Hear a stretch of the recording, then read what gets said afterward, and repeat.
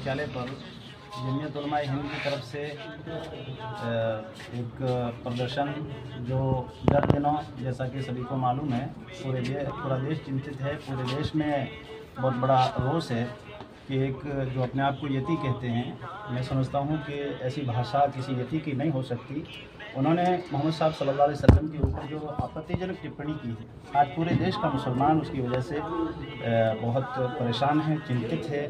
और ये उनकी जो टिप्पणी है, ये जहाँ हमारी आस्था के लिए, हमारी आस्था पर प्रहार है, इसी तरीके से देश की कानून व्यवस्था के लिए बहुत बड़ा मसला है। शांति और सद्भाव जो हमारा इस देश के अंदर है, उसके लिए ये बहुत बड़ी समस्या है और शांति व्यवस्था की समस्या पैदा हो सकती है। इसी तरीके से हमारे देश का पूरी दुनिया के अंदर जो अपमान हुआ है ऐसी टिप्पणी की वजह से, ये बिल्कुल भी हमारा जो सर्व समाज है उसके लिए अस्वीकार्य होनी चाहिए और ऐसी हमारे समाज में कोई जगह नहीं होनी चाहिए।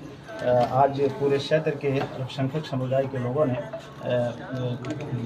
एसडीएम साहब की मारिफत राष्ट्रपति के नाम ज्ञापन प्रस्तुत करके अपनी भावनाएं प्रकट की हैं और अपनी भावनाओं से राष्ट्रपति को अवगत कराया है कि ऐसे जो भी तत्व हैं उनके खिलाफ सख्त कानूनी कार्रवाई होनी चाहिए और उनको किसी किस्म की आज़ादी नहीं मिलनी चाहिए।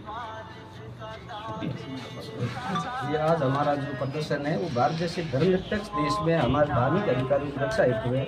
जो यतीश नरसिम्हानंद ने द्वारा जो बयान दिए गए हैं वो निंदनीय है और अस्वीकार्य है। तो हम राष्ट्रपति महोदया से और भारत की संवैधानिक संस्थाओं से ये अपील करते हैं कि भारत के मुसलमानों के उनके जो धार्मिक अधिकार है उनकी रक्षा की जाए और इनके प्रति ऐसे जो भी बयान देते हैं उनके खिलाफ कार्रवाई की जाए। Thanks for watching. Don't forget to like, comment, share and subscribe to Al Wahid channel.